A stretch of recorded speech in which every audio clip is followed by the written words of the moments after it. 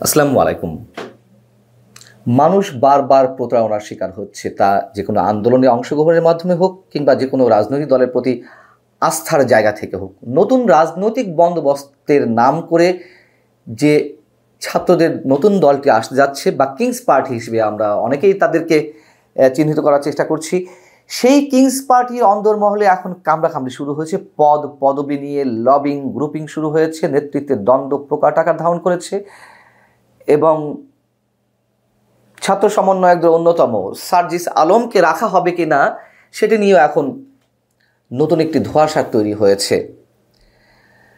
আমি আমার এই পর্বে অন্তত এই দল যেভাবে গঠন প্রক্রিয়ায় রয়েছে, নেতৃত্বে যারা আসতে যাচ্ছে তাদের নিয়ে খুব বেশি মন্তব্য না করলেও চলবে, বরং এই দলের নেতারাই গণমাধ্যমের সামনে যা বলছে সেটুকু শুনলেই আমরা স্পষ্ট হব যে ভিতরে কি চলছে এবং আত্মপ্রকাশের আগেই এই ধরনের দল কখনো জন আকাঙ্ক্ষা পূরণ করতে পারে কিনা বা পারবে কিনা সেটিও অনেকের সামনে অনেক বড় প্রশ্ন হয়ে দাঁড়াচ্ছে। 24শে ফেব্রুয়ারি আত্মপ্রকাশ করতে যাচ্ছে এই কিংস পার্টি এবং শীর্ষ পদ নিয়ে জাতীয় নাগরিক কমিটি আর বৈষম্য বিরোধী ছাত্র আন্দোলনের ভেতরে ভয়ঙ্কর এক রূপ ধারণ করেছে। এরই মধ্যে বিভিন্ন গণমাধ্যমে এসেছে, আপনারা হয়তো অনেকেই জেনেছেন। মূলত এই পার্টিটি প্রথমে আহ্বায়ক কমিটি হিসেবে আসবে। আহ্বায়ক হিসেবে আমরা জানি এরই মধ্যে তথ্য সম্প্রচার বিষয়ক উপদেষ্টা নাহিদ ইসলামের নাম ওপেন সিক্রেট, যদিও ফরমালি এখনও ঘোষণা করা হয়নি, তিনি পদত্যাগ করবেন খুব শীঘ্রই হয়তো।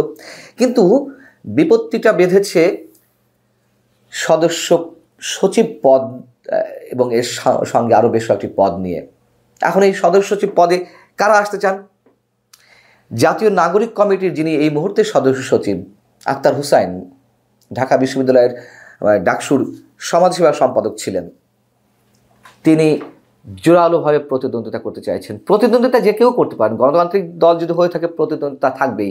কিন্তু মজার বিষয় হচ্ছে যারা এই পদের দাবিদার তারা অনেকে বলছে যে কেন প্রতিদ্বন্দ্বিতা করতে হবে, আমরাই সর্বা, আমরাই গণঅভ্যুত্থানে সামনে থেকে নেতৃত্ব দিয়েছি।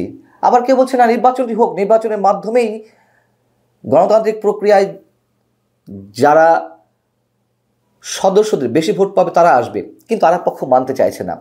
তো সদস্য সচিব হিসেবে আক্তার হোসাইন, তিনি চরমভাবে এই পদের দাবিদার। আবার আছেন আলী আহসান জুনায়েদ, যিনি জাতীয় নাগরিক কমিটির আরেক যুগ্ম আহ্বায়ক। সাথে আছে বর্তমানে জাতীয় নাগরিক কমিটির যিনি আহ্বায়ক নাসিরউদ্দিন পাটোয়ারি, তিনি আবার পদ ছাড়তে চান না, অর্থাৎ নতুন রাজনৈতিক দলের সদস্য সচিব হিসেবে থাকতে চাইছেন। তার সঙ্গে আছেন আবার অতি পরিচিত মুখ, একসময় ছাত্রলীগ কর্মী সার্জিস আলম। তো প্রাথমিক পর্যায়ে যেটি জানা গেছে যে আক্তার হুসাইন আর আলী আহসান জুনায়েদ, এই দুজনের যদি বিকল্প কাউকে আনতে হয় সেক্ষেত্রে নাসিরউদ্দিন পাটোয়ারি বা সার্জিস আলমের থেকে হয়তো চিন্তাভাবনা করা যাবে যদি সিলেকশন হয়। অর্থাৎ সার্জিস আলম মূল প্রতিদ্বন্দ্বিতা থেকে অনেকখানি পিছিয়ে আছে।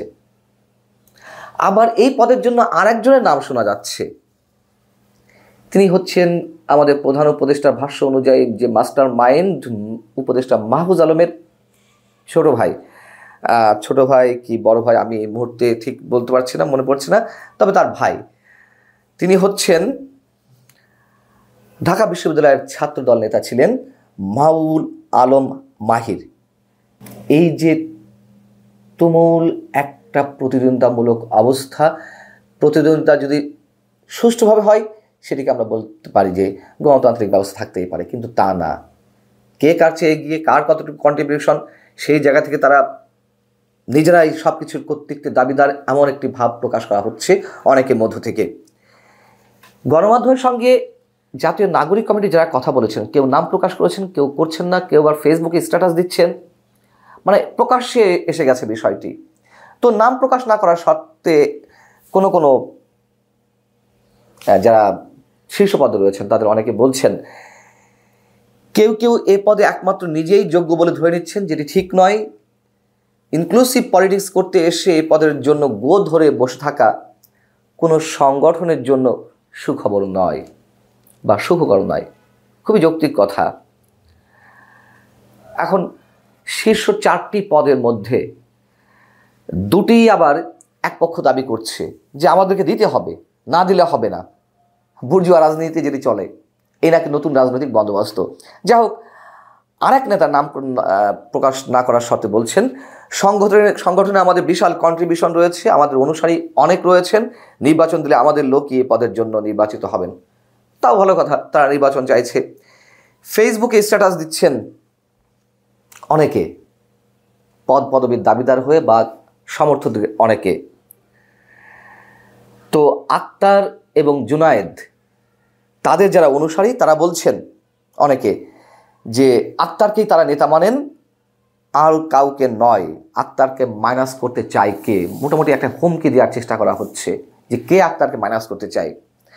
আবার আর এক পরিচিত মুখ, বৈষম্যবিরোধী ছাত্র আন্দোলনের মুখ্য সমন্বয়ক, মুখ্য সংগঠক আব্দুল হান্নান মাসুদ, তিনি সরাসরি লিখেছেন আক্তারের পক্ষে যে ফ্যাসিবাদ বিরোধী রাজনীতিতে আসা আক্তার হোসেনের হাত ধরেই, আমি আক্তার হোসেনের হাত ধরেই এসেছি। এই দেশের প্রতি, দেশের মানুষের প্রতি ওনার ভালোবাসা সবসময় আমাদের মুগ্ধ করেছে। ঢাকা বিশ্ববিদ্যালয় ক্যাম্পাসে একক নেতৃত্বে ছাত্রলীগ নামক সন্ত্রাসীদের বিরুদ্ধে সবসময় রুখে দাঁড়িয়েছেন আক্তার। বারবার হামলার সম্মুখীন হয়েছেন, আহত হয়েছেন, কারারুদ্ধ হয়েছেন, কিন্তু সঙ্গীদের এক মুহূর্তের জন্য ছেড়ে যাননি। কোনো যদি কিন্তু এই সব শব্দ ছাড়া সচেতন নাগরিক হিসেবে আক্তার হোসেনের পাশে আছি। বোঝা যাচ্ছে যে বিষয়টি নতুন রাজনৈতিক ধারা তারা চালু করতে চায়, এটি তার নমুনা। আবার বৈষম্যবিরোধী ছাত্র আন্দোলনের সমন্বয়ক, অন্যতম সমন্বয়ক ফারজানা আফিফা অদিতি, তিনি লিখছেন তার ফেসবুক স্ট্যাটাসে, নতুন রাজনৈতিক বন্দোবস্তের মধ্যে সংগঠনগুলোর প্রধান পদগুলোতে কাদের দায়িত্ব দেওয়া হবে তা অবশ্যই সংগঠনের সকলের মতামতের ভিত্তিতে নির্ধারণ করতে হবে। অন্তত প্রথম 10 জনের সিদ্ধান্ত মানুষের উপর ছেড়ে দিতে হবে। অর্থাৎ প্রথম যে 10টি পদ, সেই পদবিগুলো নির্বাচনের মাধ্যমে হোক, তিনি সেটা চাইছেন সংখ্যাগরিষ্ঠতার ভিত্তিতে। আগের মতোই যদি এই একজন দুইজন সব সিদ্ধান্ত নেয়, তাহলে সে নতুন রাজনৈতিক বন্দোবস্তের সঙ্গে আমরা যাত্রা দীর্ঘায়িত করব না। অর্থাৎ অনেকে এরই মধ্যে দল ছাড়ার হুঁশিয়ারি দিয়ে দিয়েছেন, বা যে নাগরিক কমিটি বা বৈষম্যবিরোধী ছাত্র আন্দোলন এইসব সংগঠন থেকে পদত্যাগের স্পষ্ট হুমকি দিচ্ছে, তারা জানিয়ে দিচ্ছে। অর্থাৎ ভয়ঙ্কর আকারে যেই অন্তর্দ্বন্দ্ব শুরু হয়েছে, এটি কোনো ভালো ইঙ্গিত নয়। শুরুতে বলছিলাম মানুষ প্রতারিত হয়েছে, মানুষ বারবার প্রতারিত হচ্ছে, অবশ্যই হচ্ছে। মানুষ এখন সন্দিহান কাদের সাথে থাকবে। তারপরে হয়তো মানুষের কিছু করার থাকে না, কাউকে বেছে নিতে হয়।